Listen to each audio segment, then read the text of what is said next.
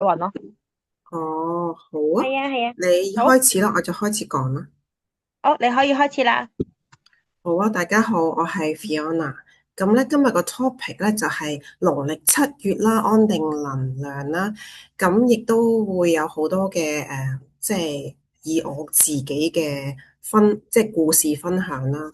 咁我首先，如果好多都係啲新朋友仔啦，咁未必認識我啦。咁我係 Fiona。咁我自己咧就係2014年開始分享 Young Living 啦。咁我亦都好中意分享精油嘅喎。同埋亦都好中意做 DIY 或者分享 DIY 啦。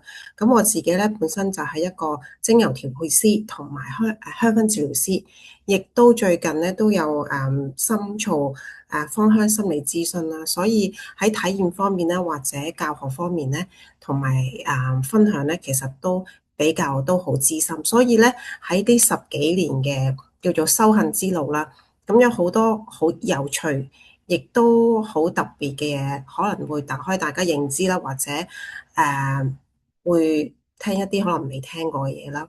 但係無論都好咧，呢啲分享都係我純粹我個人嘅身邊嘅人發生嘅事，所以咧未必有一個靈性嘅根據啦。因為你睇我冇學過嗰啲咩特別嗰啲咩 V 運運energy 咩嘢嗰啲咩氣靈氣嗰啲我係冇嘅。咁所以咧可能今日嘅分享咧，我只係透過故事去分享啦。因為我本身唔係一個能量人，又唔係一個靈氣人，又唔係一啲有高能力嘅人，所以咧唔會話 touch 到好深嘅層面嘅。咁亦都會着重喺精油方面點樣去保護自己啦，係啦。咁如果大家有問題咧，可以喺 chat box 嗰度去發問，咁小豬咧就會即時同我去發問，咁我就會再清楚啲解釋俾大家聽嘅。咁如果隨時大家有啲咩疑問都可以問嘅喎。咁而呢個分享咧，今日我有主要係有三大部分啦。咁就係誒，我哋會係做我哋自己嘅穩定我哋嘅自己嘅能量啦。因為穩定自己嘅能量都好重要嘅。因為如果我哋能量低咧，我哋會好容易吸到一啲能量或者頻率低嘅嘢啦。咁如果我哋能量好咧，咁我哋就會共振同埋吸到一啲好嘅嘢喎。咁所以我哋去嘅環境啦，同嘅人啦，都會不停係共振同埋影響緊我哋自己嘅。咁而喺呢個7月節咧，其實我哋即係 manage 好自己情緒用啱嘅精油去保護自己，同埋啱嘅食啱嘅嘢啦，同埋係説話上係情緒穩定啦。咁其實咧，同埋個信念好緊要啦。個念係非常之緊要，我都有提到，即係唔係話淨係用精油就可以保護到自己，但係你同時間你用精油，你都要有個好好嘅念，咁咧你就自然會好豐盛同埋好安全啦，係啦。咁而能量咧，能量嘅狀態嗱，能量係好無形嘅。咁我會點樣睇呢個今次嘅分享，純粹係我自己嘅經歷，或者我自己嘅諗法，同一啲專業意見或者一啲識能量嘅人咧，係冇乜關係，或者冇乜即係唔即係冇乜特別嘅啱與唔啱咯。即係只係我自己嘅觀點去睇呢樣嘢啦。咁我哋個身體會有能量啦。我哋食嘅嘢啦，我哋要接觸嘅嘢啦，我哋根本上生活上每一個物件都會有能量，即係可能一個靚嘅木頭同一個唔靚嘅木頭嘅能量已經唔同啦。咁一粒靚嘅鑽石同一粒唔靚嘅鑽石都係啦。咁我哋個心智第二個層面就係我哋嘅心智同埋認知同埋我哋嘅信念，我哋嘅念啦。咁呢個都係我稍後會再講啦。即係可能有啲個人覺得，喂，入嚟唔係聽有咩精油配方嘅，其實就唔係咁簡單啦。我哋要將身體啦、心智啦、靈我就比較少啲會接觸嘅。咁我知道有啲會員係好有接觸嘅，但係我就比較少，所以我會用一個安全啦，啊喺身心嘅角度去點樣去調升我哋嘅能量，係啦。咁情緒原來其實好重要喎。當一個人情緒好同唔好咧，其實都大大影響緊我哋個能量啦，我哋個氣場啦，係好緊要嘅。因為有啲人行出嚟好有威嚴，咁但係可能佢內裏係好恐懼，咁其實已經個氣場已經唔 work 噶啦。咁如果一個人行出嚟，譬如好平和，咁又好友善，又好有愛咧，咁相對嚟個氣場都會好好喎。而呢個氣場咧係可以用儀器啦，可以用頻率機啦去量度嘅。咁所以咧，無論我哋有冇得量度都好啦。咁我哋都要保持情緒穩定啦。咁第四咧就係一個關係啦。其實有啲科研咧，或者有啲研究都有講，人與人咧，即係我哋作為一個人咧，其實要同多啲人去 keep 住溝通，我哋個人咧先有一個生命力。咁唔知大家有冇聽過？譬如 even 動物啦，譬如你當你養兩隻兔仔，10歲8歲啦，可能一隻過咗身之後咧，另外隻兔仔咧，可能喺半年內都會過身噶。有啲老嘅 couple 都係嘅，可能兩夫婦行咗50年，咁有陣時，譬如個老婆過咗身，好多時個老公有機會都喺半年內會過身。咁即係話，如果當一日一個人冇咗任何嘅關係，其實身體咧會有一個叫做自我消滅機制，即係覺得唉，冇人生冇意義，所以我哋人咧其實都要同人去關係 keep 住我哋個身體嘅能量同埋個生命力，可以咁講。係啦，所以咧，我哋要用起碼用呢個4個層面去保護我哋嘅能量，同埋去唔同個角度去提升我哋自己啦。係啦，咁我好係啦，點樣由呢係啦，咁有好多方法去提升我哋自己啦。首先其實我哋無論係高同低頻咧，我哋都要常常去同自己察覺自己，即係察覺自己係同埋察覺身邊嘅嘢。咁其實咧，好多時大家都用認知同唔認知，認知就係話好多時話人哋話唔好去醫院啊，唔好去墳場啊，唔好去一啲陰嘅地方啊。咁呢啲係我哋即係聽翻嚟啊，即係聽人講又好，聽姨媽姑爹講又好。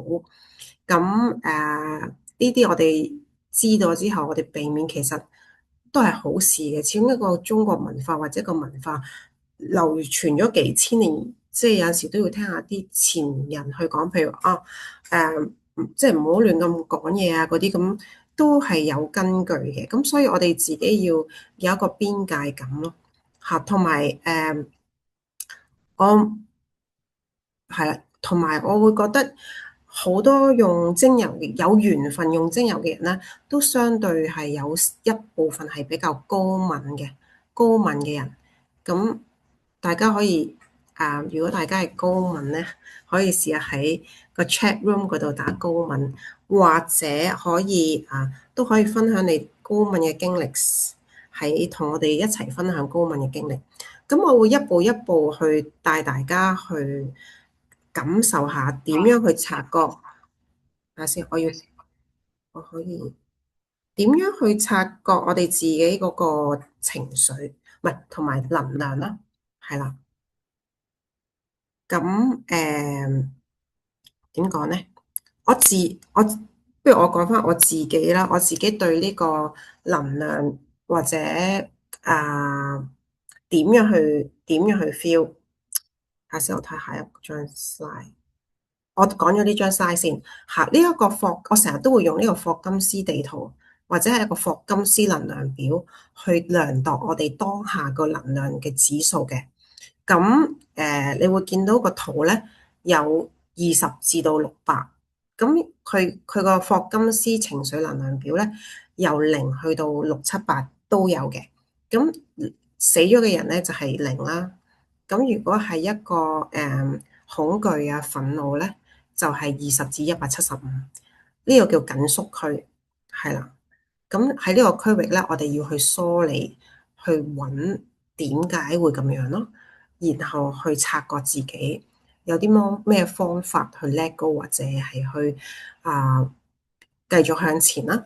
咁第二個區域咧就係200至350，呢個區域係十分之好嘅。呢個區域係叫勇氣同埋接納啦，接納所有自己唔認知嘅嘢啦，接納所有自己唔接納嘅嘢啦。咁呢個200至350其實係唔錯嘅。咁一個再好細嘅百分比人咧，就會喺呢個400至600，而400至600咧係非常之有愛啦，同埋和平啦，或者冇分對錯啦。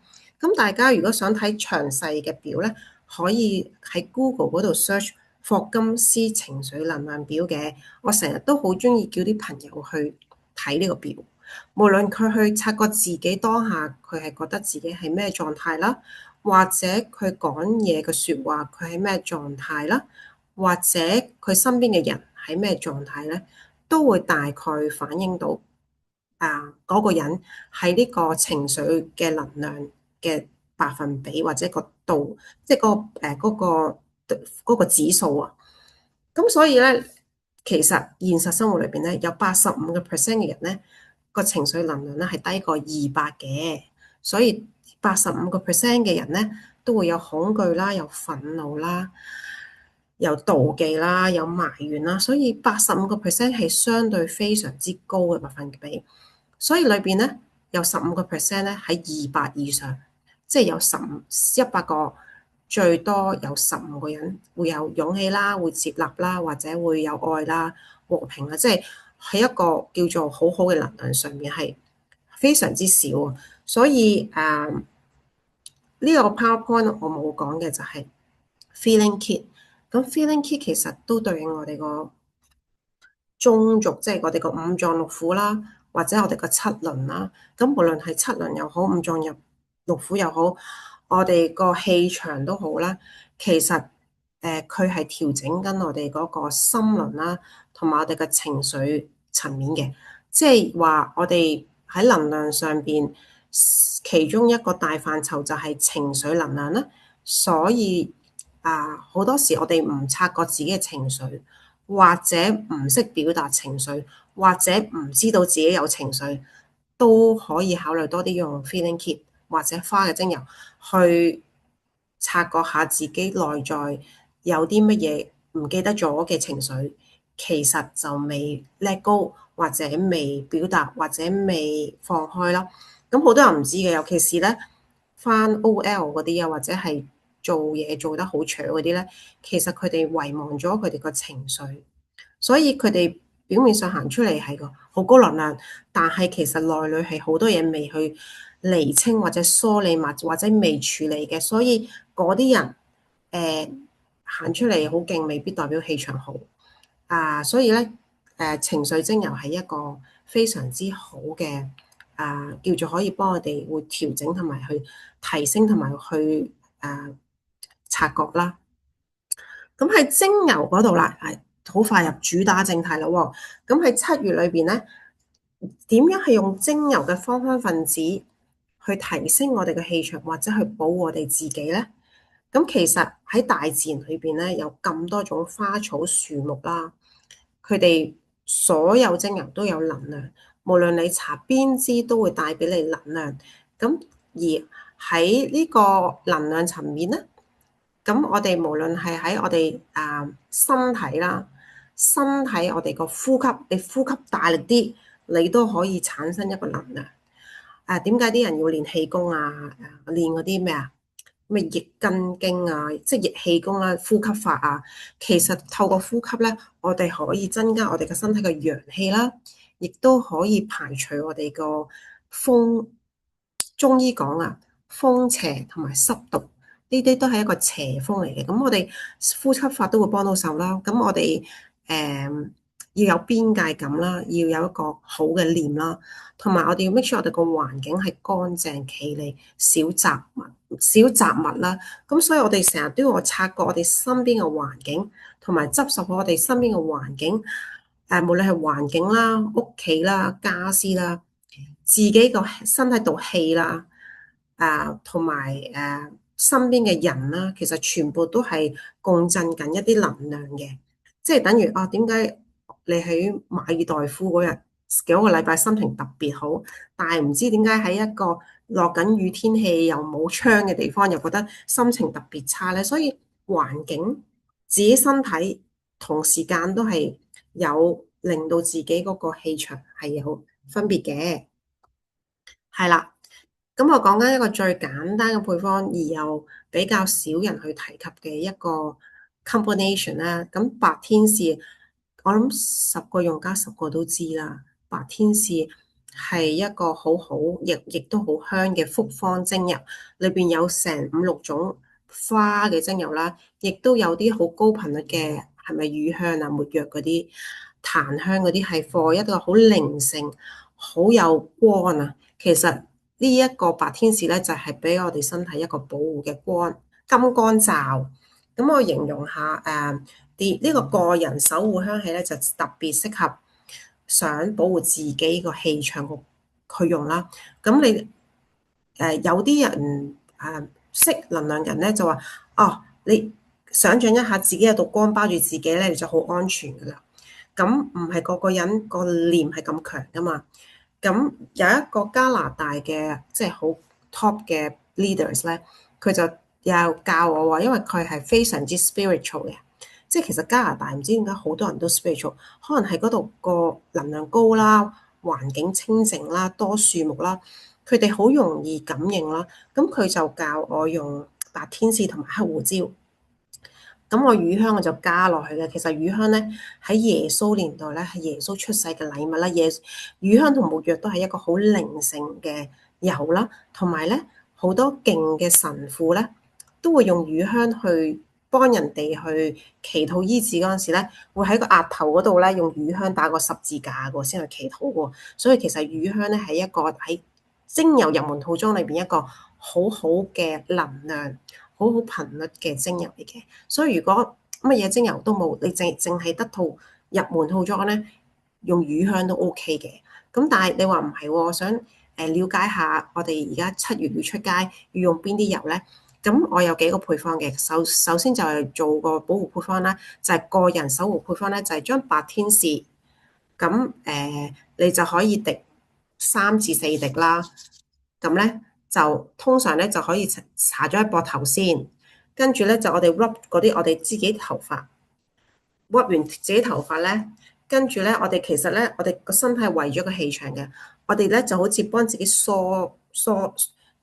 喺個身體邊嗰度，同身體由頭到腳行一次，即係用2隻手咁行一次，將身體個氣場好似梳咁樣梳，好似一個保護自己、包住自己，想像自己包住一道光去保護自己。咁亦都可以加埋乳香一齊，同白天使一齊搽。咁另外你見到有黑胡椒咧，黑胡椒咧你可以另外加1、2滴，搽2個膊頭，跟住你可以追埋頭殼頂。點解咧？佢話原來咧黑胡椒咧係可以將白天使呢個光嘅力量放大。大家唔知有冇聽過咧？黑胡椒落薑黃咧，會將薑黃嘅效果放大啦，或者黑胡椒放落其他嘅精油咧，都會幫助佢放大。同埋人咧一有到能量咧，即係一熱咧，即係能量係講緊 energy 啊！一熱咧，其實啲邪濕咧，或者一啲邪風係比較難入侵嘅，所以呢個配方我覺得都幾好嘅，所以加埋黑胡椒會幾好啦，係啦。咁如果大家咧有人想發問咧，都可以喺 chat room 嗰度問咧，咁我都會睇得到嘅。咁夜晚出街咧，我就會用一啲比較出名係可以排負啦，因為我哋 through 一日嘅時間唔多唔少咧，都會積聚咗一啲可能搭地鐵啊、見客啊、見人多嘅地方啊、行個街啊，我哋都會沾染咗好多啲俗氣嘅，叫做搭巴士啊，最憎搭巴士。我有陣時好多時咧，搭完啲大巴或者喺大陸搭完啲的士咧，我搭完我會頭都痛埋。唔知點解，唔知係啲空氣太濁啊，定還是裏邊啲氣太濁啊？總之我就會好容易感應到頭痛啦。唔知大家有冇呢個經歷啦？咁透過呢個咧，我就用 Palo Santo、Juniper 呢個係非常之中意嘅黑雲杉。咁 Palo Santo 我亦都有去過佢嗰個厄瓜多爾嘅聖檀木嘅農場啦。咁佢哋咧嘅 Palo Santo 咧，嗰個森林係叫好靈性嘅嗰度，同埋佢哋砍伐嘅木咧都要係誒誒跌喺即係嗰啲係佢哋係唔係砍伐新鮮嘅木，佢哋係要蒸餾一啲死咗5年以上嘅木，先至會去 distill，先有嗰種好濃郁嗰種味道嘅。咁成個 Ecuador 咧都好多 Palo Santo 嘅木嘅。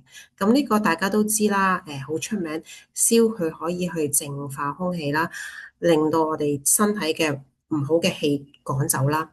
咁而 Juniper 我係好中意呢支油，因為 Juniper 喺生理層面咧，佢哋可以驅排水、排氣、排濕。咁喺中醫嘅角度咧，我哋身體好多水腫啊、濕毒啊，呢啲全部都同邪風啊都有關係嘅。所以點解我哋要練氣？好多時當一個人唔夠氣，好多邪風咧就入侵㗎啦。譬如誒。即係呢個係我嘅經驗啫，即係未必係啱嘅，係啦。咁邪風即係譬如例如唔夠氣嘅人，即係代表佢氣弱啦、氣虛啦。所以如果我哋要增加我哋嘅能量咧，練氣啦，增加我哋嘅陽氣啦，咁亦都有好多方法嘅。但係相對氣弱嘅人咧，都會容易啲沾染到一啲濁氣，可以咁講。咁而 Juniper 咧，我 feel 到佢係會令到個呼吸道好通啊，因為我自己天生鼻敏感咧，我會 sense 到乜嘢精油我聞到會好舒服、好通，而咩精油我係覺得會幫到好多手嘅。咁而呢一支咧，無論係排驅風啦、排水啦、排氣啦，都非常之好。所以呢一支咧係好啱做按摩油。譬如呢排你想去按摩咧，又係呢個節日咧，咁又水腫咧，又係香港好濕重噶嘛。香港其實係真係好濕重，所以香港個 energy 呢幾個月特別差，係因為外國又冇嘅喎，外國又陽光好少，香港唔知點解係特別潮濕啦，特別濕重啦。咁又係呢幾個月份咧，所以呢一支油我而家瞓覺我都會狂香，所以咧。夜晚咧呢個配方，如果你要出街，Juniper、Palo Santo、北極光黑雲杉就係一個呢個農場，我去過3、4次添啊。佢北極光黑雲杉咧就係喺加拿大 Alaska Highway 嘅 Fort Nelson，咁佢嗰度咧就好似一個天堂咁啊，Winter Wonderland。佢啲樹咧係非常之多啦，長時間喺北極光下邊生長嘅，而呢個黑雲杉咧係要喺-20度左右咧生出嚟嘅。嗰陣時 distill 嘅杉咧先有最好嘅精油。點解大家知唔知點解咁凍先至精油咁豐富咧？含量咁豐富，因為當佢好凍嗰陣時咧，佢會生長多啲汁液去保護自己棵樹。咁所以咧喺最凍嗰陣時去砍伐佢咧，就會攞到最多精油。所以呢個叫，所以佢喺冬天嗰陣時先收穫嘅。咁而佢係 Young Living 或者係精油界嘅一支最高能量嘅單方精油，最高能量嘅單方精油。而呢一支精油咧係非常之溫和嘅。咁呢一支精油咧可以做到咩咧？非常之多，情緒穩定啦。刺激我哋嘅腎上腺素啦，補腎啦，增加我哋嘅陽氣啦，生頭髮啦，加入面霜啦，淨化空氣啦，俾我哋一個安全感啦，提升我哋嘅能量咧，係好好嘅。所以呢3個配方咧，夜晚用咧係非常之可以排除濁氣，保護自己嘅能量同都好好嘅。咁都有補氣嘅效果，我覺得 Juniper 係啦。咁我亦都咧上次去探一個朋友咧，佢屋企咧就住喺殯儀館附近嘅。咁佢就同我分享黑雲杉呢支精油。佢話哇，佢個走廊咧成日有啲怪味，不過咧佢就會咧一用黑雲杉精油咧，啲怪味就冇咗噶啦。咁我知道，我都聽到好多個朋友都有分享過，誒、感受啲唔好嘅氣場咧，有分好多種嘅。咁我都可以同我聽翻嚟去同大家分享啦。咁就有味道咯，即係譬如你行嗰啲地方，你會聞到啲好濕嘅味道啦，好臭嘅味道啦，燒燶咗嘅味道啦，好毒嘅味道啦，呢啲都係一啲氣場嘅味道，係突然間聞得到啦，呢啲都係個嗅覺嘅反應啦。咁而有啲人係會講起一啲嘢就會毛管戙啦，咁呢啲我都有陣時會講到一啲好似頭先阿小豬講一啲經歷咧，我都會毛管戙，呢啲毛管戙都係一啲感應啦。咁有啲人咧，我識啲消防員分享咧，佢哋去一啲重災區咧，佢哋會耳鳴啊。大家唔知有冇耳鳴嘅反應啊？咁呢啲都係一個感應啦。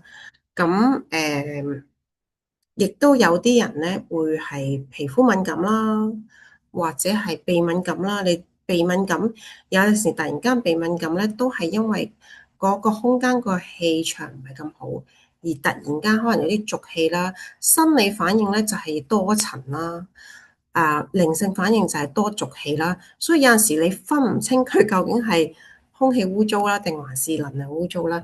咁呢個咧就係要經驗同埋要時間啦，所以我頭先有啲人咧最興咧中醫就最興咩咧？中醫咧就最興係頭痛同埋會水腫同埋會噯氣啊。咁有啲一接觸到一啲唔好嘅氣咧，佢哋就不停喺度嘔啊噯氣啊。咁噯氣咧，我都識一個中醫咧，佢一同親啲病人一針灸成咧，佢就會噯氣。得好勁啊！嗰陣越多唔好嘅氣咧，佢就越得勁，因為啲氣過晒落個中醫度，所以好多時中醫做針灸咧，其實都幫病人排緊好多負嘅唔好嘅氣。咁有陣時我哋浸腳咧，我哋啲水會排污啦，或者我哋做運動啊，或者我哋按摩，我試過一次咧，實習按摩啦，咁個班房唔係好大啊，大家都知，好多時啲按摩床要前中後咁排啦。我哋通常有時學按摩咧，想當年咁通常一學唔係學一日，可能學兩三日噶嘛。隻腳對住有一個同學仔張床喺正中間，唔知係咪第一行嗰啲按摩嗰時啲腳氣排咗喺中間嗰度，跟住第二日中間嗰個人已經病咗啦。所以有陣時我哋按摩嗰陣時咧，對住隻腳對住人哋嗰個吸晒你啲負能量咧，就好大鑊嘅。咁視乎排出嚟個腳板底對住嗰個本身自己有幾毒啦。咁如果好毒咧，喺佢後邊嗰啲都好大鑊嘅。咁所以我哋有時去做按摩啦、運動啦、冥想都好咧，千祈唔好坐喺人哋腳板底後下邊嗰個人。呢個係好罩嘅，因為直接吸晒人哋啲唔好嘅病氣啦，叫做係啦，係啦。咁大家有啲咩喺 WhatsApp 分享喎？好同唔好都分享下，等我可以俾啲心機下。咁跟住啦，呢個咧，講咗呢個呢個夜晚配方啦。咁咧就咦，三夜間個人手係，跟住呢個咧，譬如我哋好多時去旅行咧，都會特別污糟喎，你啲酒店或者陌生地方啦。咁我試過去韓國啦，有一次去韓國，咁頭兩晚我都唔記得用精油，咁頭兩晚咧我就瞓得好差，咁我同我先生咧成晚都成日醒啦，唔知點解，跟住第二晚仲驚，第二晚我聽個電視自己着咗啦，咁跟住我就醒水啊，第三四晚咧醒水攞個黑雲杉圍住張床狂滴啦。即係有咩精油都滴啲啦。總之關於一啲呢啲我覺得保護能量嘅精油就圍住張床滴啦。咁第三四晚就瞓得好好，冇醒過，亦都冇發夢。我想分享咧，發噩夢咧都係一個感應嚟嘅，即係我哋嘅潛意識咧。如果發噩夢，生理嘅層面咧就係肝熱啦、肝火盛啦、神經緊張啦。但係靈性層面咧，發噩夢咧都會係一個感應嚟嘅。咁所以咧，如果成日發噩夢嘅人咧，都可以用多啲呢個圖嘅第三度有講 Juniper 啦、Pine 啦、Purification 咧。如果喺酒店咧，純粹貨舊酒店辟味啦，我都好中意用 Purification 同埋 Pine，因為咧 Purification 嗰種清香嘅味道咧，除咗可以抗菌之外咧，因為佢有茶樹啊嘛，咁又有迷迭香咧，即係一個輕微抗菌，亦都帶俾佢個 SPA，即係好似一個泰國入咗 SPA 好舒服嘅感覺。咁所以咧，Juniper 同 Purification 咧，Pine 呢啲咧係好適合擺喺酒店房，一個帶有清香啦，又可以好舒服嘅味道啦，好舒服嘅味道，好似 SPA。所以我去親酒店，我都會帶個無水式擴香機，調一啲我中意嘅味道。一入去唔好理三七廿一，開咗部機先。咁咧，你換衫即係換行李咧，又覺得間酒店好清新咁樣啦。咁呢個係感覺嚟嘅啫，係啦。咁深呼吸，吹啲氣出嚟咧，都可以將我哋啲身體嘅濁氣排走啦。係啦，咁亦都係尊重嘅地方啦，即係唔好講啲唔應該講嘅嘢啦。係啦，尊重嘅地方咧，因為我哋個念係好緊要。到呢個係啦，家居讓空間回到清爽。譬如亦都可以喺門口嘅位置去擺 Juniper Pine 啦。咁喺客廳位置你可以 Sage 鼠尾草。咁鼠尾草都出名多人點鼠尾草嘅。嗱，但係記住喎，有好多人咧 Sage 就問係咪 Clary Sage 啊？Clary Sage 同 Sage 係兩種完全唔同嘅植物嚟嘅。咁 Sage 係叫鼠尾草。而我哋女性控制女性荷爾蒙同埋調節情緒嗰隻咧叫做快樂鼠尾草，所以咧就唔好調轉咯喎。咁用 sage 或者 purification 啦。另外咧喺睡房咧可以用 Palo Santo 同埋 lavender 啦。咁呢啲咧都可以去清理能量、淨化空間，同埋可以幫我哋放鬆都 OK 嘅。係啦，咁唔同嘅位置亦都可以擺唔同嘅組合啦，或者唔使一定喺唔同位置，你 feel like 你中呢個味就揀呢個味都可以嘅。係啦，而呢個咧就係我瞓覺最中意嘅組合嚟嘅，瞓覺最中意嘅配搭啦，或者一啲選擇啦，唔係叫你落晒6支精油，你係去挑選你最適合自己嘅精油。咁我大概講一講呢6支精油有咩效果啦。咁薰衣草咧係喺入門套裝嘅最大路而又最可以幫我哋放鬆神經嘅精油啦。無論係女性嘅更年期嘅潮熱啦，我哋精神緊張去放鬆啦，放鬆我哋嘅情緒啦，助眠啦，減壓啦。薰衣草係一個非常之好嘅精油，而 Young Living 嘅薰衣草咧係用真正薰衣草。而大家知唔知坊間好多薰衣草佢嘅芳香結構唔係真正薰衣草，有好多都係冇咁好嘅脂類同醇類嘅百分比啦，亦都有啲咧係唔係真正薰衣草，可能係醒目薰衣草啊、碎花薰衣草啊，好多種唔同其他冇咁優質貨減壓助眠嘅品種啦。咁第二個 Juniper 我都強調啦，我係可能我呢2年咧水腫咗好多，因為我都真係更年期，所以我特別中意 Juniper 去幫我去水啦。排呢個風啦，排氣啦，同埋咧，我有一個會員分享過咧，令我特別中意用佢就係，佢話佢老公個鼻鼾好勁嘅，自從用咗 Juniper 滴喺佢頭殼頂同埋腳板底咧，佢個鼻鼾冇咗喎。咁跟住我就好認真去感受呢一支油去瞓覺用。我發覺佢係幫我通鼻，即係個鼻係特別通啲，個氣嗱好容易講。當鼻敏感嘅人，頭先我講啦，其中一樣我哋 feel 到嘅 energy 就係個鼻啦。當我哋鼻突然間去到一個環境 block 住個鼻嘅，可能嗰個環境嘅空氣有濁氣，或者嗰個環境嘅空氣真係污糟，令到我哋敏感。咁我而聞咗 Juniper 咧，我覺得鼻敏感嘅機會少咗，即係個鼻係通咗。咁大家都可以鼻敏感嘅人可以試下用多啲呢個精油啦。咁另外 Palo Santo 係一個木類油啦，所有木類油都係對助眠同埋着地穩定情緒好好嘅。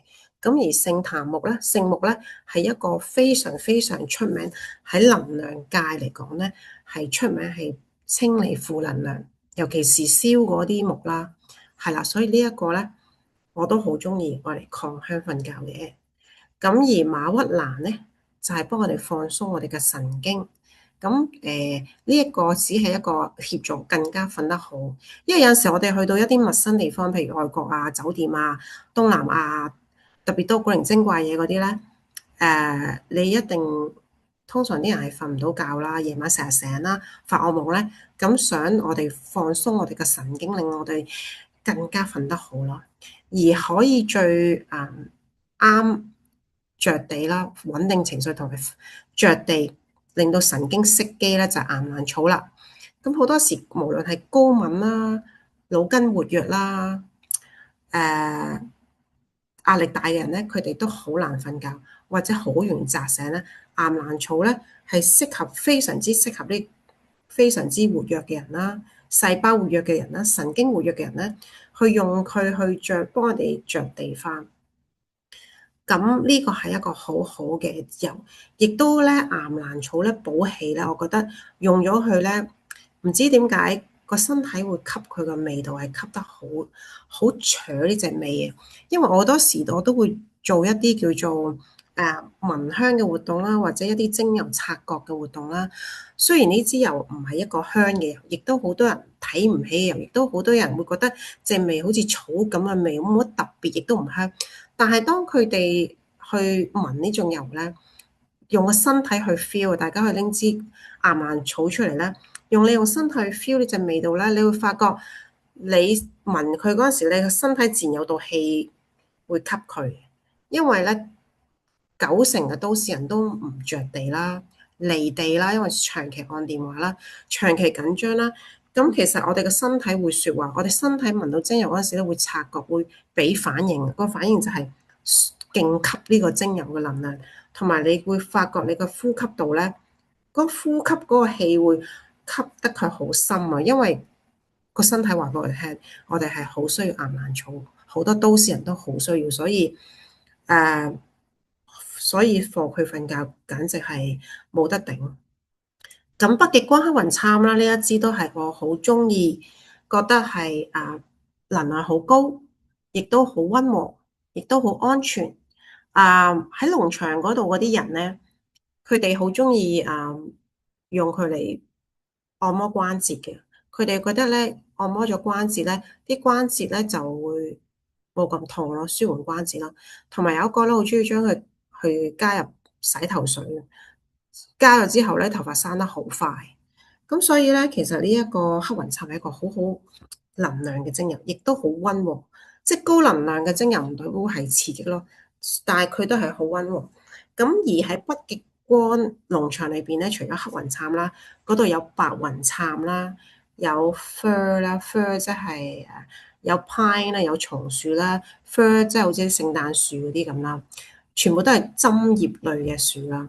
咁都係喺唔同嘅季節去收割嘅，咁所以嗰啲杉木類啊，亦都做到淨化嘅效果啦，亦都係一個pine 咧，通常人哋會去做清潔用品嘅、淨化用品嘅，咁同埋 pine 啊、黑雲杉咧，全部都可以對我哋嘅呼吸道有好嘅溫和咁去滋補啊，所以所有我察覺所有補氣嘅精油咧，都係可以幫我哋清理一啲唔好嘅氣，或者做個保護。當我哋身體度氣好咗咧，其實啲唔好嘅能量難啲埋身啊。所以我哋咧當唔用精油慳錢啦，我哋練多啲呼吸法，練多啲氣，吹我哋啲濁氣出嚟，吸一啲新鮮空氣咧，咁樣咧已經可以提升我哋個陽氣嘅。咁就真係唔使一定要用精油啦，係咪？但係用得聽得呢個 workshop 嘅人，梗係想知咩精油可以保護自己同埋提升自己嘅能量啦。係啦，咁跟住咧90秒係啦，整理儀式啦。咁咧都係啦，企穩自己啦，腳板一定要踩地下啦。咁就深呼吸4次，係啦。咁亦都可以滴啲精油喺度聞啦，深呼吸4次聞，跟住再大力咁呼翻啲氣出嚟，跟住就去飲下水咁樣咯。即係做下呢啲儀式咧，都可以幫我哋身體自己去淨化一下。因為有時我哋搭完車好多啲吸咗好多濁氣啊嘛，咁我哋好多時候可能會帶翻屋企或者帶翻酒店，所以做下多啲呼吸，吹翻啲垃圾出嚟係唔錯嘅。係啦，睡前一分鐘，咁咧睡前一分鐘咧就可以去做下呼吸啦，冥想啦，咁亦都可以擴香呢個薰衣草 Palo Santo Vetiver 啦，或者一啲你中意嘅精油，配合埋一啲你覺得我頭先分享瞓覺嗰陣時啱用嘅配方啦，因為每個人都唔同嘅，咁佢哋用嘅油可能都唔同嘅，係啦，或者都係去同自己溫柔嘅對話啦。其實説話係好有力量嘅，咁我都想同大家去分享一個好 powerful 嘅説話咧，就係有一次我同一個又都係會員啦，喺中國喺大陸搭的士，咁搭的士一上的士咧，咁的士佬已經喺度容易發脾氣、脾氣暴躁嗰啲啦，咁我唔理啦，佢脾氣暴躁，我情緒穩定咪得咯，係咪？初初以為係咁啦，咁到我落的士咧，我就覺得頭痛啦。即係咧，我唔知係咪我自己感應唔好嘅氣，我就會頭痛啦。跟住我隔離嗰女就話：我都係啊，頭痛啊。跟住咧，再隔離有個女仔咧，就係佢成日自己喺度練功啊。佢所謂即係有啲人係咪興打坐練功咧？佢就教佢講4句説話，就係無極限嗰4句説話咧。咁大家有冇聽過啊？對不起，我愛你。請原諒我，謝謝你，即係好簡單4句説話。呢4句説話咧係好 powerful，無論係對你個小朋友啦，對你個老公啦，對你自己啦，或者對你空間啦，你講呢4句説話，佢講咗幾分鐘之後咧，唔知點解冇咗頭痛咯。咁所以有陣時冇精油，但係你個臉 OK 咧，你當自己包住做到光，你又覺得好安全。你講呢4句説話，你清理咗自己身體嘅濁氣，可能又會幫到自己。所以有陣時有啲嘢係好難解釋，但係呢啲都係我親身體驗身邊嘅朋友翻嚟嘅體驗咯，係啦。咁都希望可以幫到大家啦。咁有啲人咧，我都知道佢哋去旅行可能會念經啊、祈禱啊，好多人都用唔同嘅方法都 work 嘅。咁所以都係視乎你自己嘅宗教啦。去做翻你自己宗教佢哋嗰啲祈禱文啊，或者係一啲正面嘅説話咯。咁所以咧，譬如謝謝你，我愛你，請原諒我，多謝你呢啲咧，都係一啲無分宗教啊，係人都啱用嘅。所以多啲同身邊人講，多啲同自己講，係啦。咁其實係有用嘅，呢個都係個念嚟嘅，咁樣咯。咁提升陽氣先要穩住自己，穩住自己喎。咁無論喺身體、生理層面啦，我哋嘅身體健康啦，我哋個情緒層面啦，我哋個空間，我哋屋企有冇雜物，有冇垃圾啦，我哋同人哋講嘢嗰時有冇邊界感啦，或者同邊啲人一齊咧，全部都係有啊，全部都係影響緊我哋個氣場。同埋共振緊嘅，所以缺一不可咁樣，即係一條數加加埋埋就係啦。咁如果你是但有啲嘢影響緊你咧，都會拖低咗你嘅。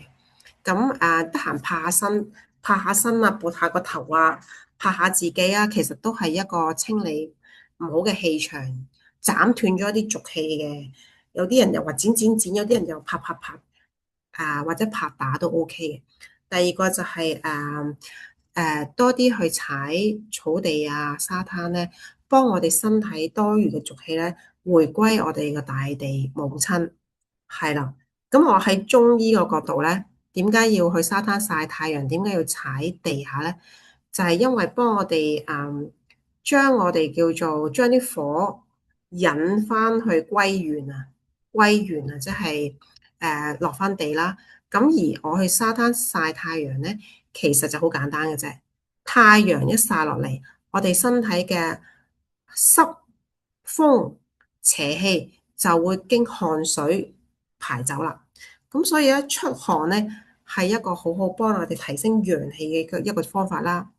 第二個方法就浸腳啦，用熱水加一啲精油浸腳咧，佢都會係引火歸元。引火即歸元就係將我哋多餘嘅氣落翻去腳，咁我哋個腎水咧先上到個頭，咁先可以滋養到我哋身體，令到我哋個循環好嘅。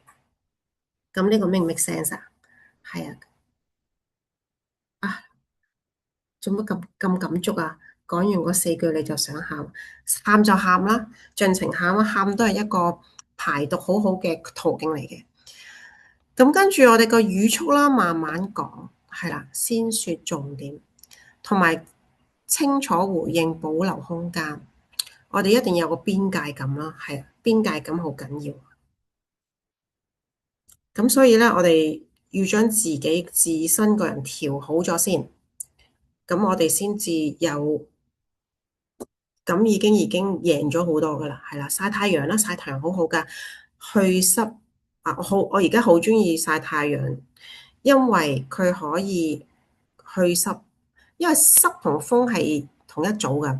當我哋濕風喺個身體咧，佢哋會 trap 咗喺我哋一啲血液循環唔到嘅細胞，例如肝啦、關節啦、某啲位置啦，停咗喺嗰度啲風扯咧，咁我哋個人就會腰酸背痛啦，會頭痛啦、經絡痛啦、關節痛啦，所有嘅痛症咧同呢個不通有關嘅，氣滯血瘀、風邪濕毒呢啲咧都係會影響我哋個氣場嘅，係啦，Diana，有會係啊。員問新裝修嘅屋企攞咩精油淨化會比較好？如果新裝修啲裝修味咧，就用 sage 同埋 purification 啦，我都會建議用下 thieves 啦。咁如果係氣場層面咧，就用黑雲杉啦、juniper 啦、palo santo 呢啲都幾好嘅，即係我頭先都有講過嘅配方咯。係啦，pine 呢啲都 OK 嘅。咁你要睇下係化學物質產生嘅毒素啊，空氣污染嘅毒素啊，定還是係能量層面嘅毒素啦。咁除咗清理之後咧，我哋就想豐盛噶嘛，係咪？咁我以下呢3款咧就好中意，又好簡單嘅，可以提升我哋各方面嘅好運嘅配方嚟。嚇，好似頭先話啊，裝修完啦，清理完啦，清完啲濁氣啦，咁我哋仲可以加持噶嘛？有啲人會加啲 abundance 落去啲油漆嗰度去油間屋添，咁真係幾好喎，話笑話。係啊，咁呢個都係先清後補嗱。而家我就分享3個後補嘅小白寶咯喎。3款噴霧，3種內在提醒，係啦。咁大家應該可能熟我嘅人都知，我好中意教大家整呢3支噴霧啦。第一支就係Abundance 豐盛噴霧，第二支就係愛自己人緣噴霧，第三支就係信念提升我哋嘅頻率嘅噴霧啦。咁我就逐支講解下我個配方係點樣啦。第一支咧就係 Abundance，亦都係我所成日講嘅招財噴霧啦。好多人好笑，用咗之後，即係唔係10個有10個都係咁啦。好多時有啲回應就係話，譬如的士佬咧，佢就話平時一日咧都唔係好多錢啦，噴咗之後咧，好即係突然間嗰個營業額多咗啦。咁有啲人話啊，好即係無啦啦嗰日啲會翻好多單啦。咁今日有個會員就話，佢老公噴完冇工作一排，突然間噴完之後揾到工咯。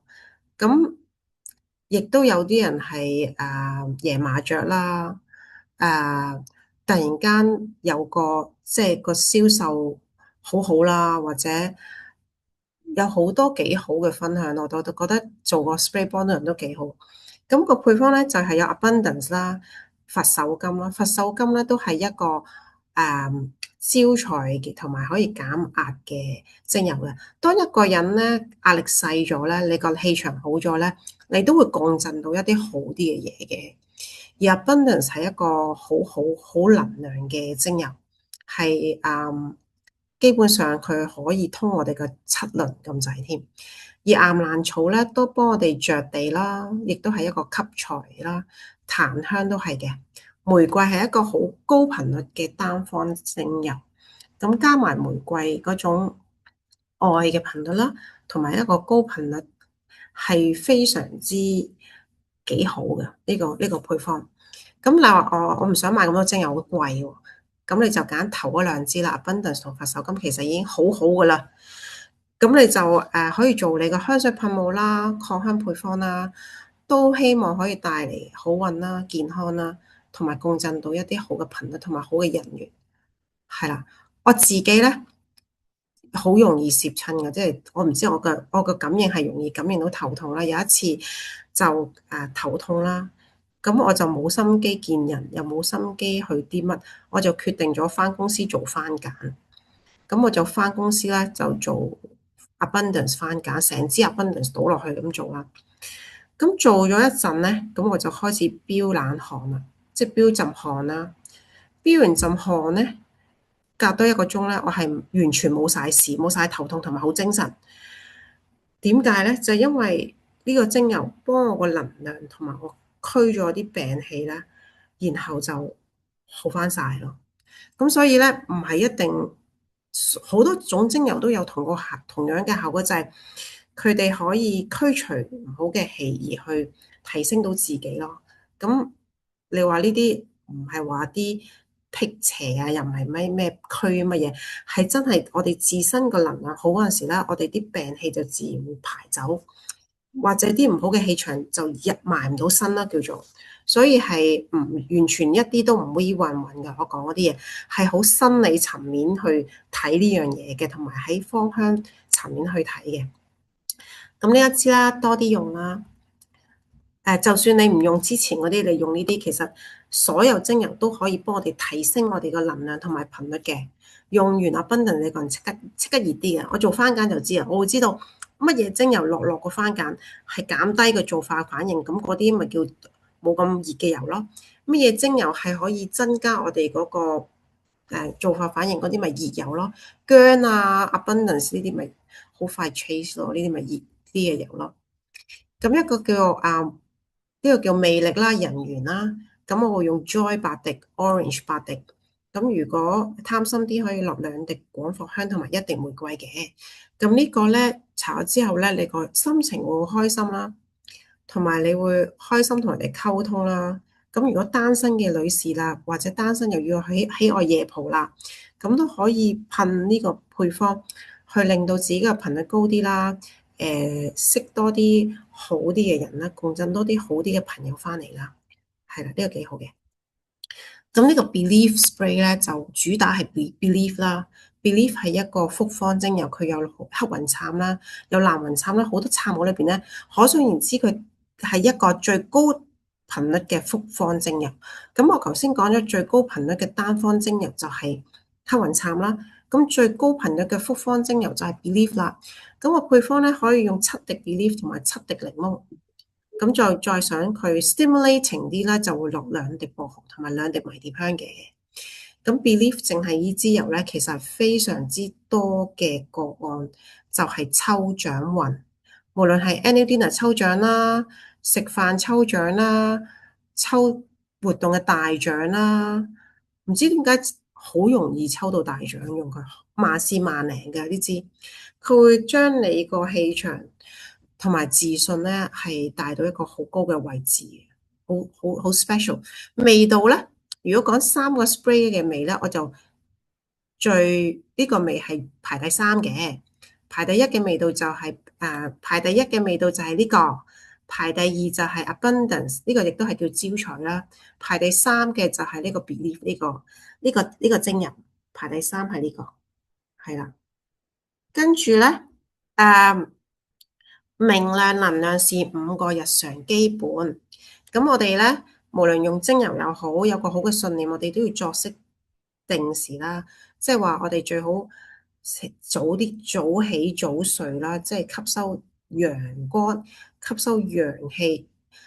因為陽光可以幫你去濕驅邪，同埋排風排濕毒，係啦，多啲接觸太陽。最理想係瞓喺啲沙灘嗰度，將我哋身體唔好嘅氣，因為我哋成日撳電話，好多電磁波，電磁波其實最好咧就落翻沙嗰度，係啦。亦都有個朋友分享咧，我哋喺沙灘咧，喺烈日當空喎，即係唔係啲黃昏唔好去沙灘啊，即係講緊中午嘅時間咧，企喺嗰啲水邊咧，將啲浪冚落你隻腳，跟住咧啲浪會扯走你身體唔好嘅能量嘅，咁呢個都 OK，但係千祈唔好黃昏去，因為黃昏係最多唔好嘅嘢嘅，因為點解咧？哦，我有一次我有個 friend 個女咧，佢係睇到嘢噶嘛。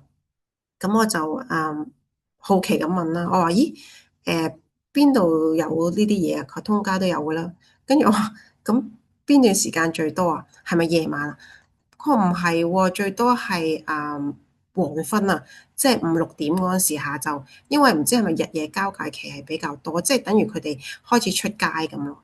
反而夜咗就反而唔係咯。跟住我話咁邊度最多啊？跟住佢話。灣仔都多，因為灣仔廟附近嗰啲都好多，即係佢會同我分享呢啲嘢，我覺得即係打開咗我嘅眼界咯，所以就唔同人有唔同感應到唔同嘢啦，亦都唔同人有唔同嘅頻率嘅嘢啦，所以我哋調翻好自己嘅頻率，將個念擺翻好啱嘅位置咧，我哋就會啱我哋嘅自己嘅 channel 咯，即係好似點解你細個聽，即係我哋聽收音機，我哋咪要 tune FM 85度，PM 幾多，其實就係將我哋 tune 到個頻率，你就係行嗰個頻率咯。其他頻率嘅嘢係唔關我哋事，我哋就唔使理咯。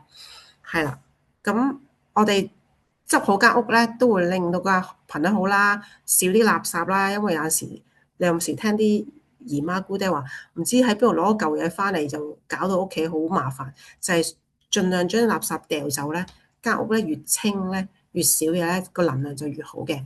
咁當然啦，最好都係有陽光入屋係最理想啦，或者平時多啲揭開個 curtain，開窗去令到空氣流通啦。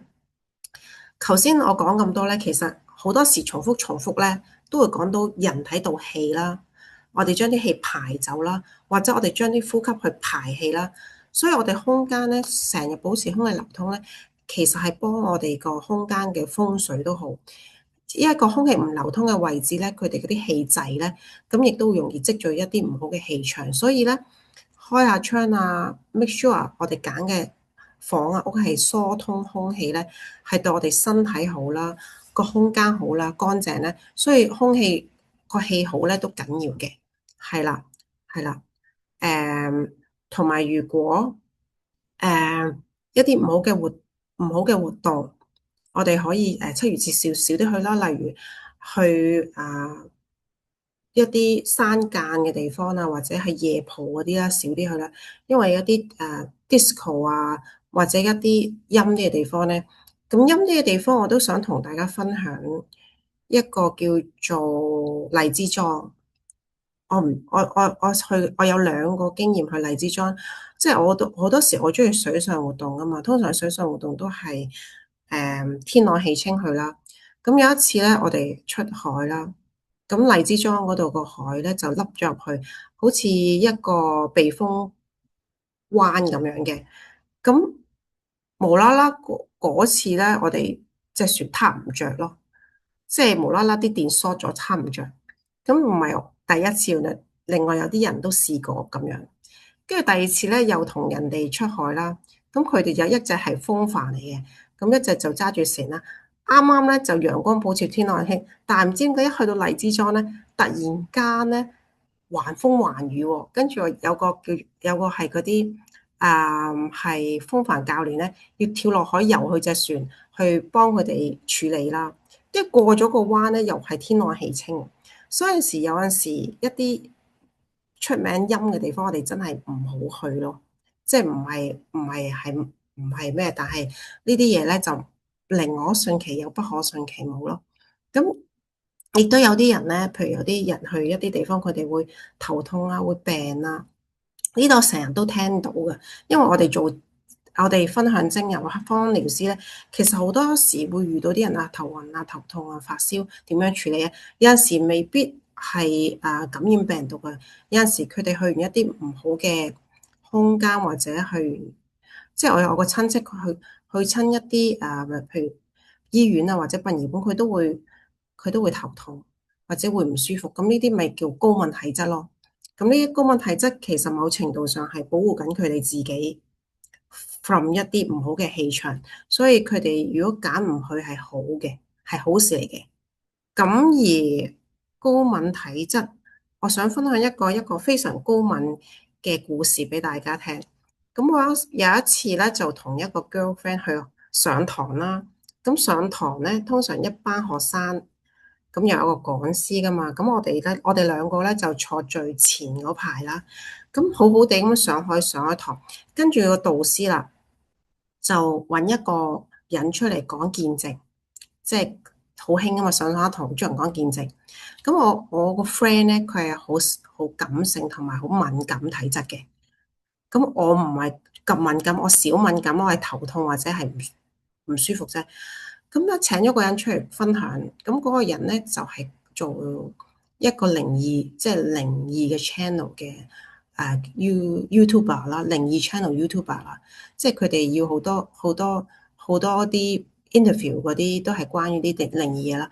跟住隔咗5分鐘，嗰陣講完5分鐘分享，咁我望翻轉頭，我後邊個 friend。佢開始面紅啦，眼咧開始好似敏感，有啲眼水、眼腫啦。跟住我問：喂，你做咩事啊？做咩事？你唔舒服啊？佢話：佢話我想嘔喎。跟住佢就去咗廁所，即係見佢又面又腫，眼又紅，去咗廁所嘔。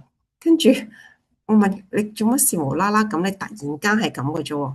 佢話嗰個人好多好多好多俗氣，所以佢好敏感，所以佢有呢個反應啊。所以我覺得哇，某啲人真係佢哋個體質真係非常之敏感，所以我都唔知體質敏感好定體質敏感唔好，所以都係啦。咁更加係提醒咗我平時要保養好自己啦，個臉要擺翻啱嘅位置啦，同埋令到自己陽氣充足啦。所以我而家一有陽光就去曬太陽，係明智嘅。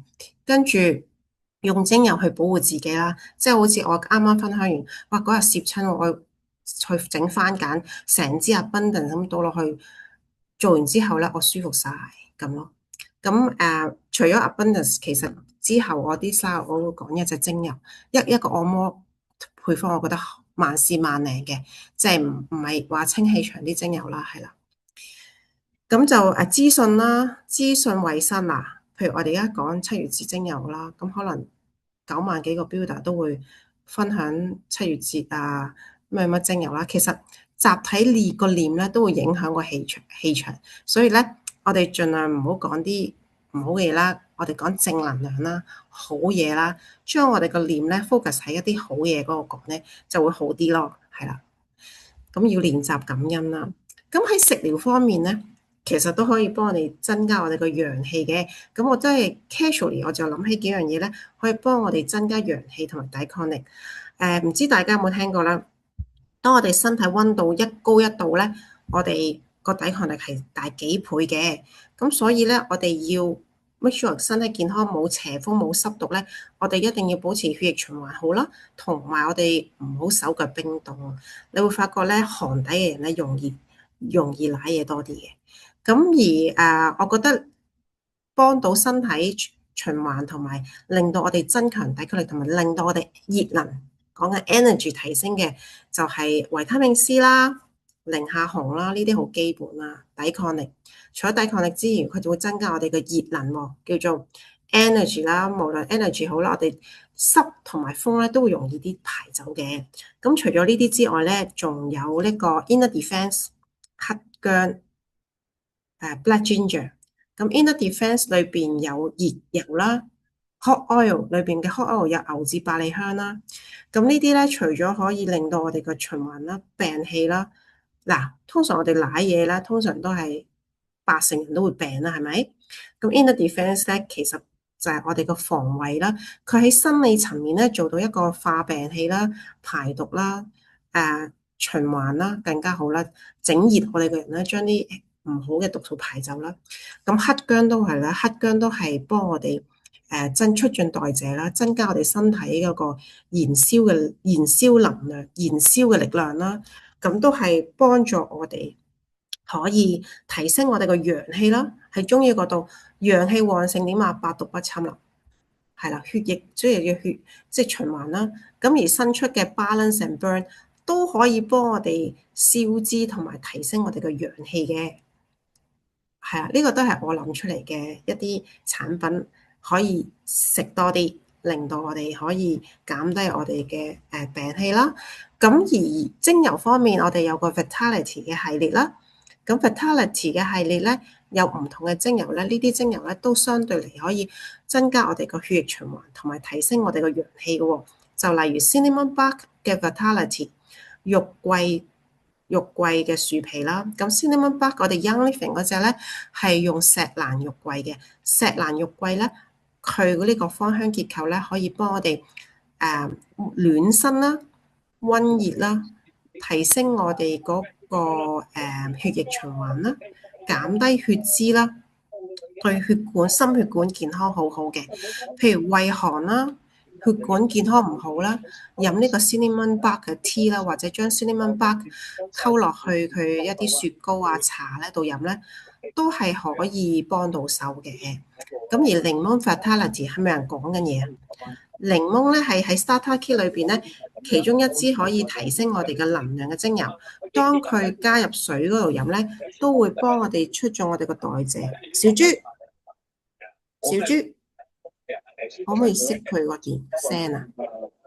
喺度，你幫我熄咗嗰個聲啦。撳緊佢，撳緊。係啦，檸係啊，檬撳緊佢，嗱，檸檬等陣啊。嗱，大家要注意喎。如果我哋要考慮將呢啲嘢落去調味又好，加入飲品又好，一定要唔好用膠，亦都唔好用紙杯，因為紙杯會有層 coating 係會溶咗之後會食咗落肚就會中毒啦。膠如果精油拿起膠嘅物質又係會中毒啦，所以一定要用瓦杯或者玻璃就好啦。咁而亦都最好用一個油溶到嘅媒介啦，可能係植物油啦。譬如你飲沖杯咖啡，你話我想飲 cinnamon vitality 嘅咖啡，你咪將 cinnamon 擺落去 black seed oil 或者擺落去奶，你先落杯多咖啡，咁你杯咖啡咪有 cinnamon 味咯。cinnamon 飲咗落去個人咪暖胃咯，暖胃嘅，咁你咪養生咯。咁ginger 都係啦，ginger 大家都知啦，將啲 ginger 加入蜜糖啦。跟住就可以愛嚟驅風啦，或者行氣活血啦。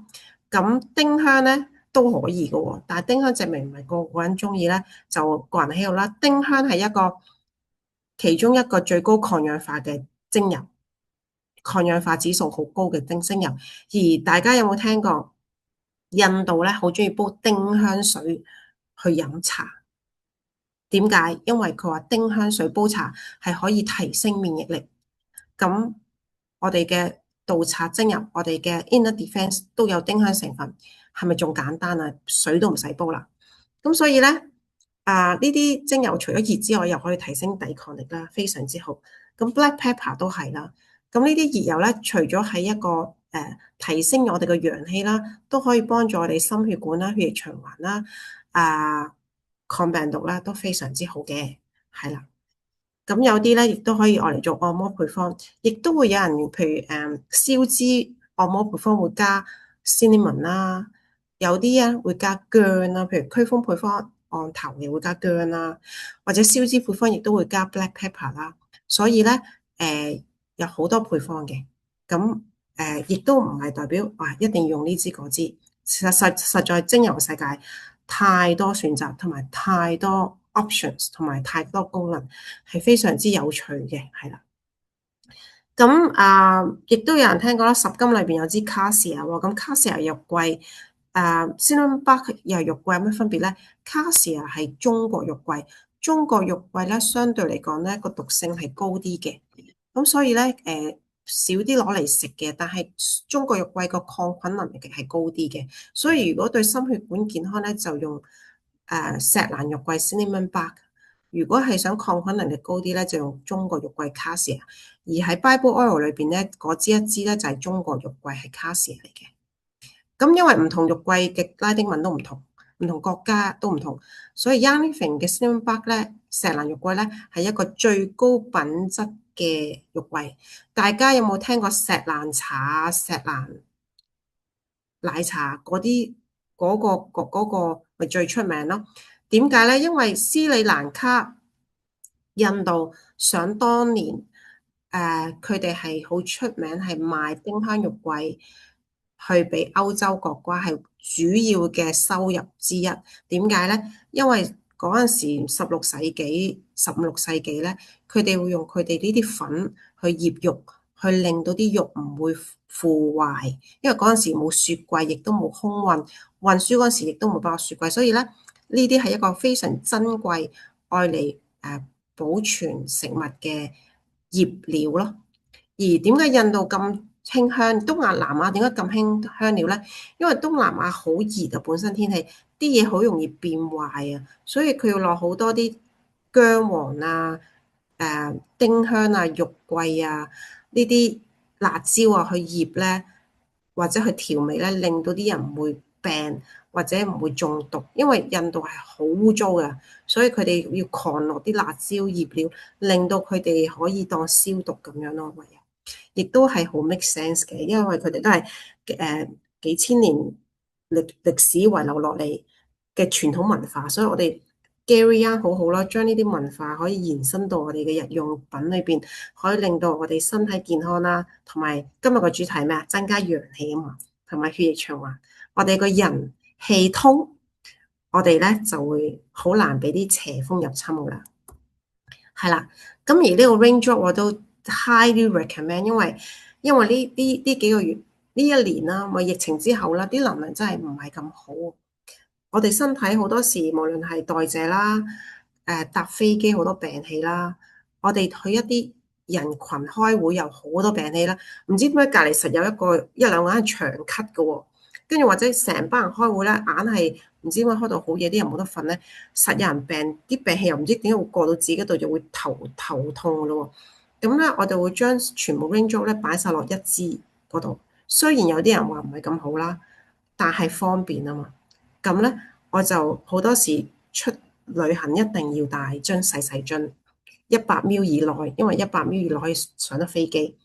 咁無論係搭飛機前，我就會攞啲出嚟搽。我而家直情會搽埋頸啊，因為撳得手機多咧，成日條頸啲血液循環好差。咁夜晚瞓覺咧就會推肩頸背，咁一來可以幫助我哋嘅血液循環啦，二來我哋清理我哋個病氣啦。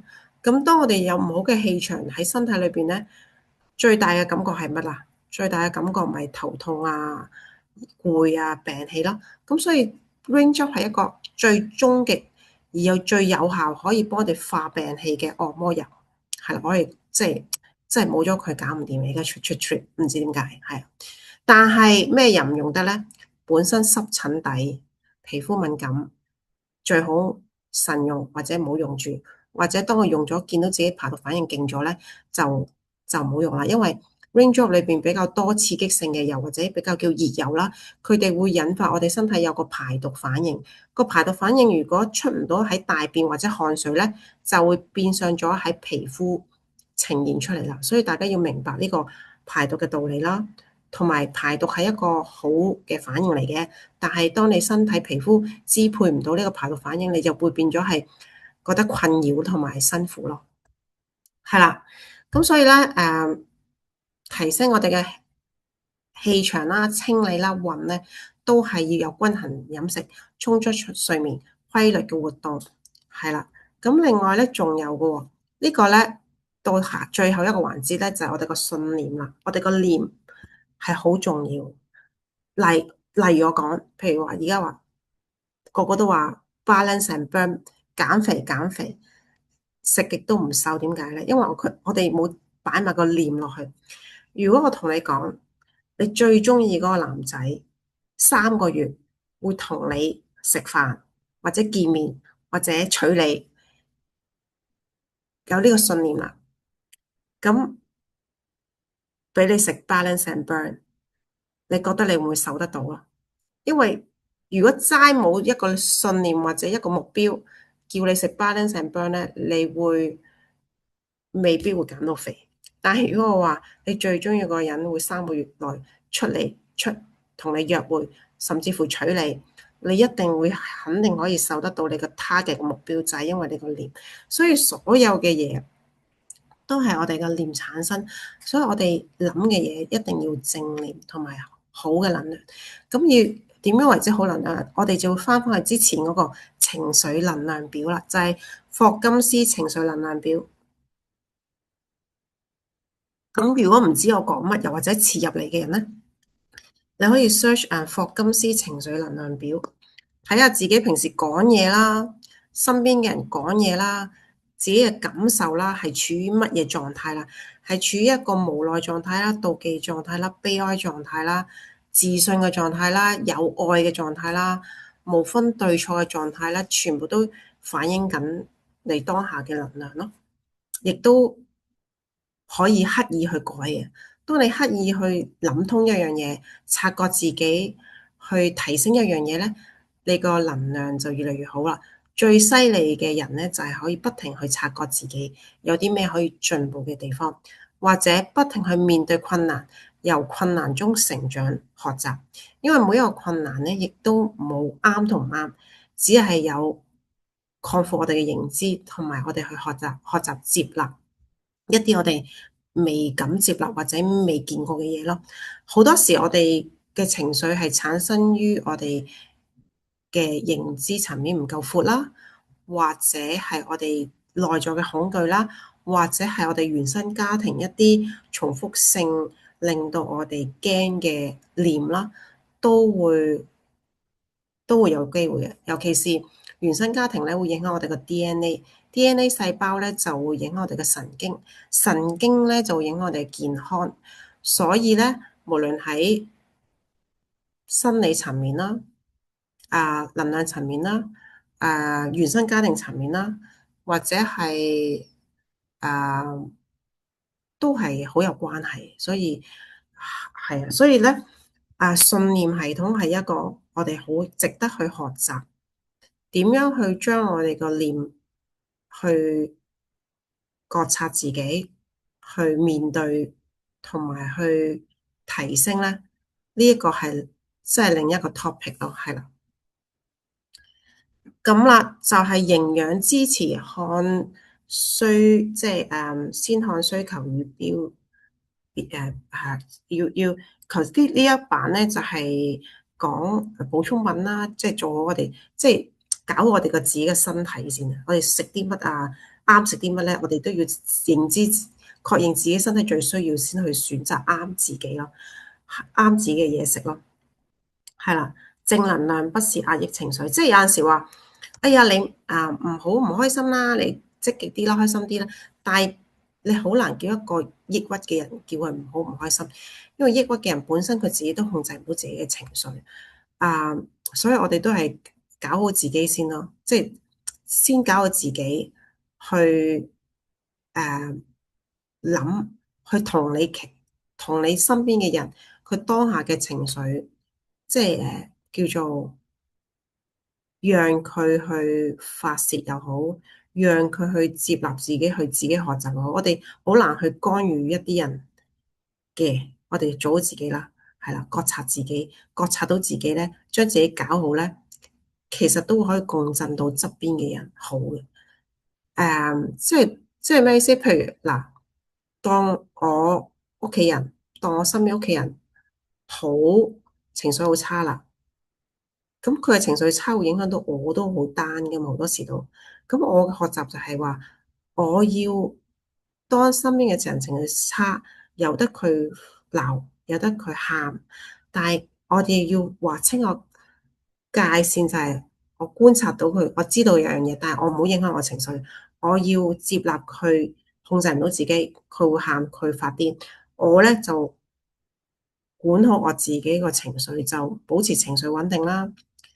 同理佢點解有呢個狀況，可能佢神經緊張啦，自律神經失調啦，交感神經會幫佢發脾氣、正喊啦，係佢神經出現問題，佢自己都唔想，所以我哋要 tune 我哋嘅情緒，用一個有愛啦、有支持嘅説話啦，唔係話咁啊你仲喊嘅冇用，我哋應該話即係我哋會話明，我哋會唔緊要㗎，我哋喺你身邊，有啲咩需要我會幫你嘅，或者遞杯水俾佢，即係保持一個 positive。咁你又好自然會共振到佢會都會好啲，同埋會舒服啲咯。呢樣嘢我哋要好好學習，同埋要訓練嘅。好多時我哋好容易俾身邊嘅情緒唔好嘅人影響到，非常之容易。尤其是教仔嗰陣時啦，個仔反叛啊、打交啊，如果我哋都跌咗落去鬧仔啊，唔同理佢哋嗰個出發點咧，其實係攬炒咯，即係大家都跌咗落一個負面情緒狀態咧，咁咧可以衍生嘅問題係好大鑊嘅，所以我哋係啦，嗰個衍生出嚟好大嘅問題咧，都係第二個 topic，因為如果一講咧，嗰啲又要講好耐，係啦，咁所以呢樣嘢要練習啦，係啦。情緒界線，即係話人哋唔開心嘅時候，我哋唔好俾人拖落去。好多時咧，情緒界線會發生喺咩地方咧？心理醫生啦、醫生啦、醫師啦、按摩師啦、傾偈啦。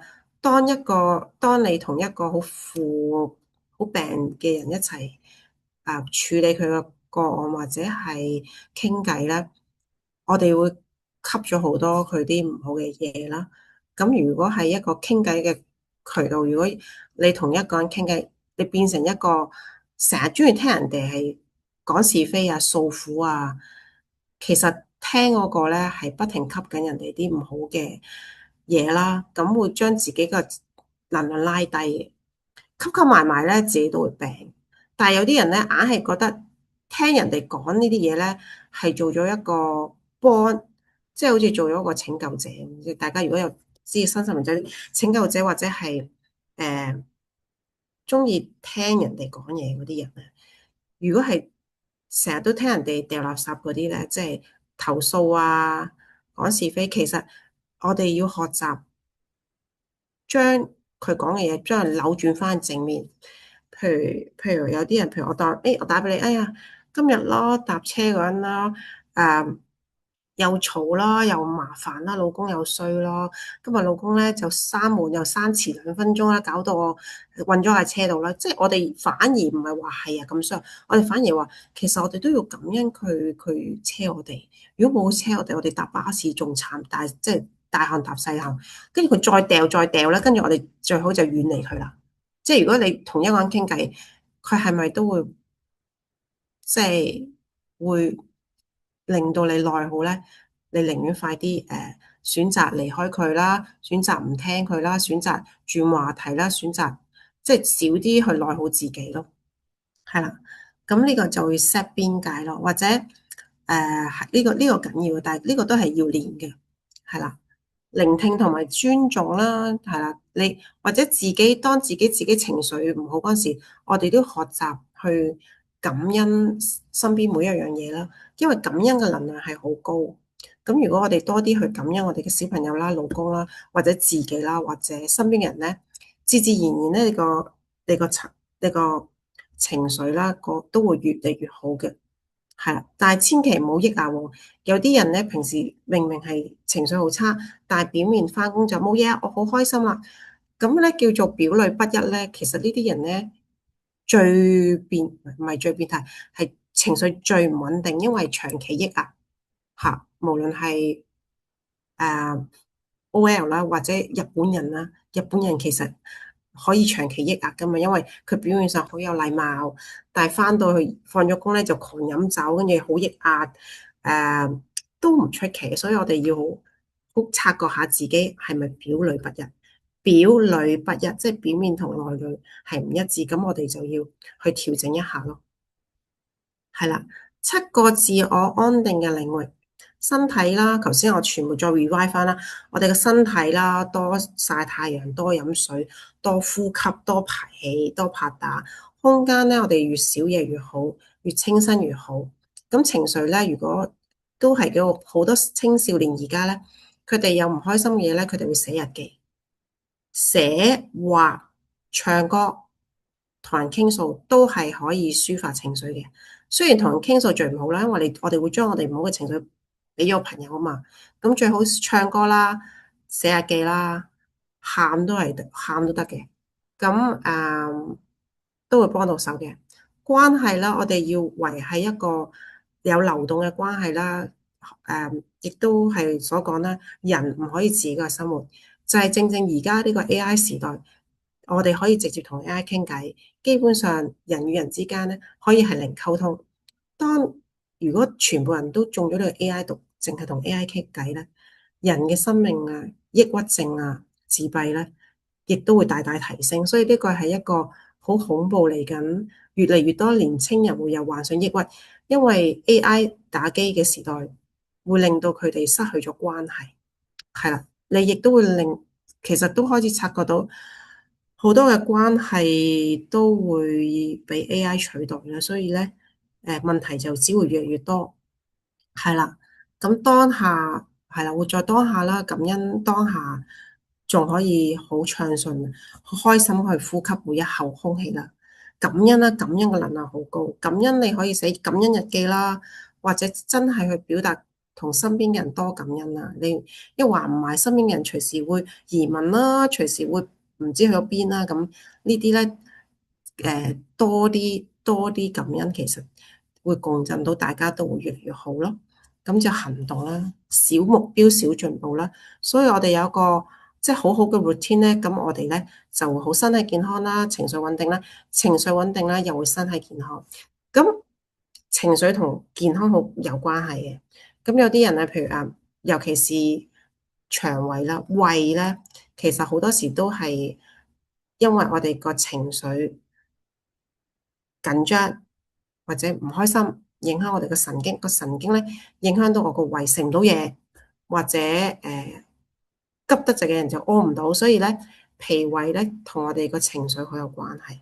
但係咧脾胃裏邊咧同能量有冇關係咧？能量可以影響我哋脾胃，脾胃影響我哋嘅情緒，情緒影響我哋嘅食慾，食慾影響我哋嘅健康，健康影響我哋嘅生命。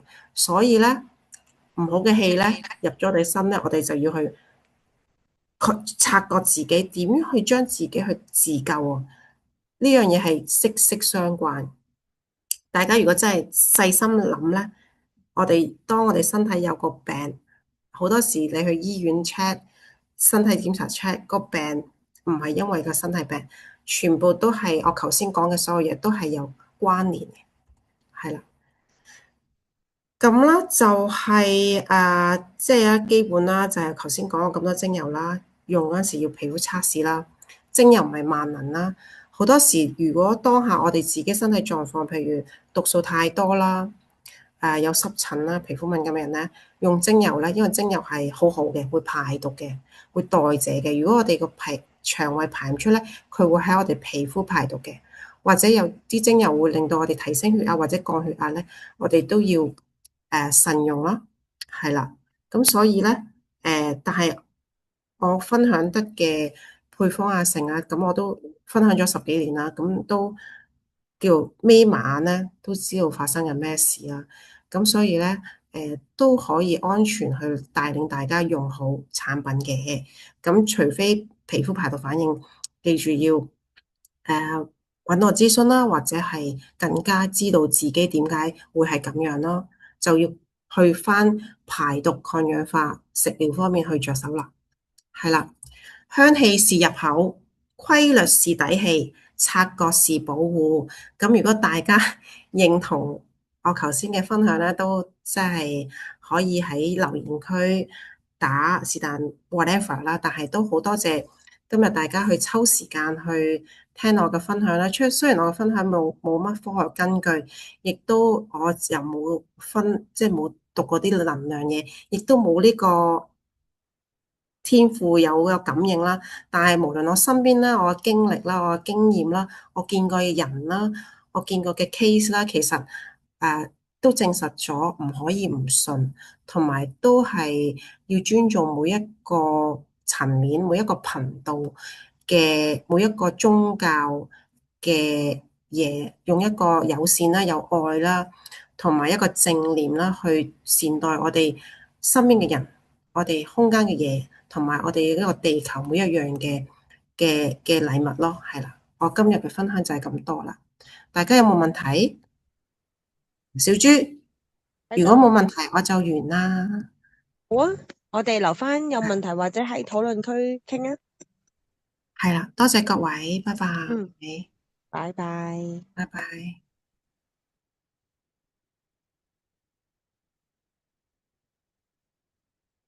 有冇問題啊？